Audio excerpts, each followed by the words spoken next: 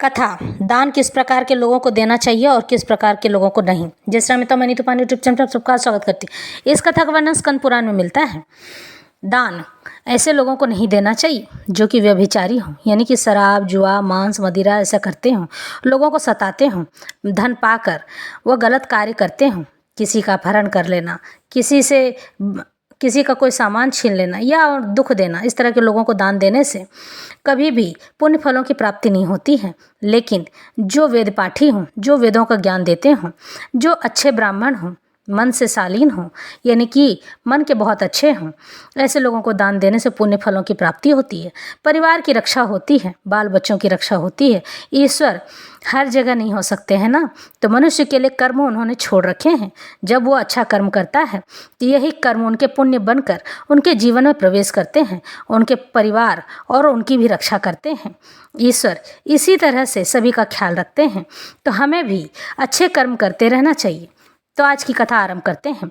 ऋषियों ने पूछा, भगवान दान किसको देना चाहिए, दान का समय कौन सा होता है। सूत जी कहते हैं, हे द्विजवरों, नपुंसक, पुत्रहीन, पाखंडी, वेद वेदताओं तथा ब्राह्मणों से द्वेष रखने वाले और अपने वर्णाश्रमोचित कर्म का त्याग करने वाले पुरुष को दिया हुआ दान हमेशा निष्फल होता है।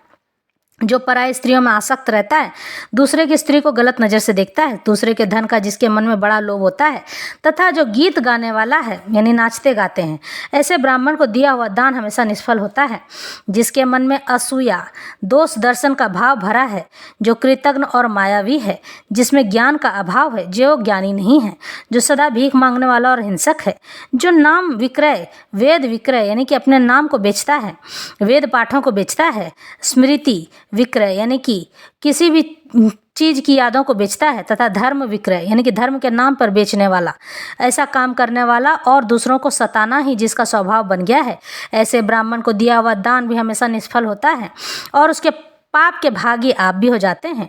जो कोई भी पाप में संलग्न रहने वाले हैं, उनसे न तो कुछ लेना चाहिए और न ही उन्हें कुछ देना चाहिए। उत्तम कर्म में तत्पर श्रोत्री सुनने वाले, अग्निहोत्री, जीविकाहीन, दरिद्र तथा कुटुंबी ब्राह्मण को दान देना चाहिए। जो देवताओं की पूजा में लगा रहने वाला हो और पुराणों की कथा बाँचने वाला हो, यानी कि कथा कहने वाला हो, ऐसे ब्राह्मण को उनमें भी प्रायः जो दरिद्र हो उसे ही दान देना चाहिए। पाखंडी, पतित, संस्कार भ्रष्ट, वेद बेचने वाले, कृतज्ञ तथा पाप परायण ब्राह्मण को कभी प्रणाम न करें।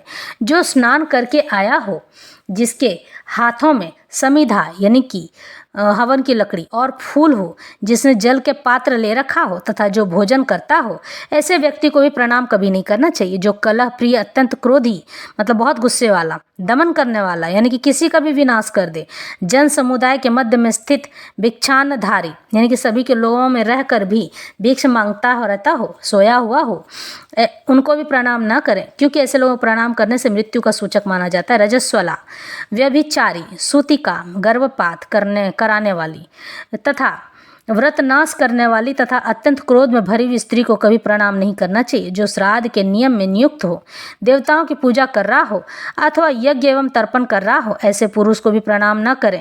यदि श्राद्ध के लिए कोई सुपात्र ब्राह्मण न मिले, केवल सूत कात का जनेऊ आदि बनाकर जीविका चलाने वाले सदाचारी एवं पुत्रवान ब्राह्मण को ही श्राद्ध के लिए निमंत्रित करना चाहिए। यदि वह भी न मिले तो पुत्र को या छोटे भाई को अथवा अपने ही श्राद्ध में नियुक्त करें। पुत्रहीन ब्राह्मण को किसी भी प्रकार श्राद्ध के लिए नियुक्त नहीं करना चाहिए। पहले के समय में श्रीवत्स गोत्र में उत्पन्न पद्मनाभ नामक एक जितेंद्रीय ब्राह्मण था। वह दयालु, उपासशील, सत्यवादी तथा प्राणियों को अपने ही समान देखने वाला तथा विषय कामनाओं से रहित था। सब भूतों का हितैषी, मन और इंद्रियों को वश में रखने वाला तथा सब प्रकार से द्वंद्वों से रहित तथा कितने ही वर्ष तक वह सूखे पत्ते चबाकर रहा। कुछ काल तक केवल जल पीता रहा, फिर कई वर्ष तक उसने केवल वायु का आहार किया। इस प्रकार महामुनि पद्मनाभ ने 12 वर्षों तक कठोर तपस्या की। उसके बाद भगवान लक्ष्मीपति ने पद्मनाभ की तपस्या से संतुष्ट हो उन्हें प्रत्यक्ष दर्शन दिए। श्रीहरि ने अपने हाथों में शंख, चक्र और गदा आदि को धारण कर रखा था। उनके नेत्र खुले हुए कमल दल की भांति शोभा पा रहे थे और श्रीअंगों की कांति कोटि कोटि सूर्य को भी लज्जित कर रही थी। पद्मनाभ ने आंखें खोलकर शंख चक्र गदाधारी शांत स्वरूप करुणा सागर वेंकटनाथ भगवान श्रीनिवास का दर्शन किया। उन्हें देखकर मुनि ने इस प्रकार स्तुति प्रारंभ की, साडंग धनुष धारण करने वाले देवादिदेव भगवान वेंकटेश्वर को नमस्कार है। नारायण गिरी पर निवास करने वाले आप श्रीनिवास जी को नमस्कार है। पापों का नाश करने वाले सर्वव्यापी भगवान विष्णु को नमस्कार है। शेषाचल निवासी आप भगवान श्रीनिवास को नमस्कार है, जो तीनों लोकों के स्वामी विश्वरूप, सबके साक्षी तथा शिव और ब्रह्मा आदि के लिए भी वंदनीय हैं, जिनके नेत्र कमल के समान हैं, जो क्षीर सागर में शयन करते हैं तथा जो दुष्ट राक्षसों का संहार करते हैं। उन भगवान श्रीनिवास को मैं बारंबार नमस्कार करता हूँ, जो भक्तों के प्रियतम दिव्य स्वरूप, देवताओं के स्वामी तथा शरणागतों की पीड़ा का नाश करने वाले हैं, जो योगियों के पालक, वेद वैद्य तथा भक्तों के पापों का संहार करने वाले हैं।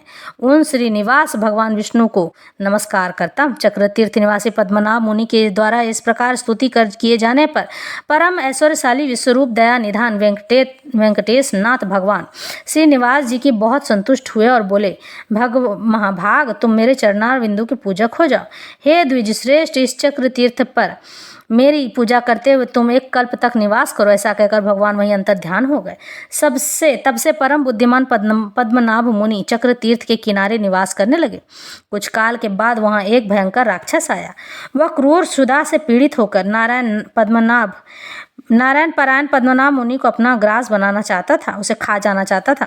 उसने बड़े वेग से ब्राह्मण को पकड़ लिया। तब उन्होंने शरणागतों के रक्षक दया सागर चक्रपाणी श्री नारायण को पुकारा और बार बार ऐसा कहे, प्रभु रक्षा कीजिए, रक्षा कीजिए। हे वेंकटेश, हे दया सिंधु, शरणागत पालक, हे पुरुष सिंह, मैं राक्षस के वश में आ गया हूँ, मेरी कृपा करके रक्षा कीजिए। हे लक्ष्मीकांत, हे दुखारी हरि, हे विष्णुदेव, हे वैकुंठनाथ, हे गरुड़ ध्वज, आपने ग्राह के चंगुल में फंसे हुए गजराज की जिस प्रकार रक्षा की थी, उसी प्रकार राक्षस के आक्रमण से दबे हुए मुझ भक्त की रक्षा तो कीजिए। हे दामोदर, हे जगन्नाथ, हे हिरण्यकश्यपु दैत्य का मर्दन करने वाले नृसिंह प्रहलाद जी की भांति मैं भी राक्षस के द्वारा अत्यंत पीड़ित हूँ, अतः उन्हीं के समान आप मेरी भी रक्षा कीजिए। पद्मनाभ के इस प्रकार स्तुति करने पर अपने भक्त के ऊपर भय आया हुआ जानकर दया निधान चक्रपाणी ने भक्त की रक्षा के लिए अपने चक्र को भेजा। भगवान का वह चक्र बड़े वेग से चक्र तीर्थ के तट पर आया। वह अत्यंत सूर्य के समान तेजस्वी तथा अनंत अग्नि के समान ज्वालामालाओं से प्रज्वलित था। उससे बड़े जोर की गड़गड़ाहट हो रही थी। बड़े बड़े असुरों का संहार करने वाले सुदर्शन चक्र को देखकर राक्षस भागा, परंतु सुदर्शन ने सहसा पास पहुंचकर उसका मस्तक काट डाला। राक्षस को पृथ्वी पर पड़ा हुआ देख विप्रवर पद्मनाभ मुनि अत्यंत प्रसन्न हो सुदर्शन चक्र की स्तुति करने लगे। पद्मनाभ बोले, संपूर्ण विश्व के संरक्षण की दीक्षा लेने वाले विष्णु चक्र, आपको बारंबार नमस्कार है। आप भगवान नारायण के कर कमल को विभूषित करने वाले हैं। आप युद्ध में असुरों का संहार करने में कुशल हैं। अतिशय गर्जना करने वाले सुदर्शन, आप भक्तों की पीड़ा का विनाश करते हैं। आपको नमस्कार है। मैं भय से उद्विग्न हूँ, यानी कि भय से मुक्त हो चुका हूँ। आप सब प्रकार के पाप ताप से मेरी रक्षा कीजिए। स्वामी सुदर्शन प्रभु, संकट से छुटकारा चाहने वाले, संपूर्ण जगत का हित करने के लिए आप सदा इस चक्र तीर्थ में निवास करें। पद्मनाभ ब्राह्मण के ऐसा कहने पर भगवान विष्णु के चक्र ने अपने स्नेह से उन्हें तृप्त से करते हुए कहा, पद्मनाभ, यह चक्र तीर्थ अत्यंत उत्तम और परम पवित्र माना गया है। मैं संपूर्ण लोगों का हित करने के लिए सदा इस तीर्थ में निवास करूंगा। आपके ऊपर दुरात्मा राक्षस के द्वारा आए हुए संकट का विचार करके भगवान विष्णु से प्रेरित होकर मैं शीघ्र यहाँ आ पहुँचा। आपको पीड़ा देने वाले उस अधम राक्षस को मैंने मार डाला है और आपकी उसके भय से रक्षा की है, क्योंकि आप भगवान के भक्त हैं। विप्रवर, सब पापों का हरण करने वाले इस परम पवित्र चक्र तीर्थ में सब लोगों की रक्षा के लिए मैं सदा निवास करूंगा।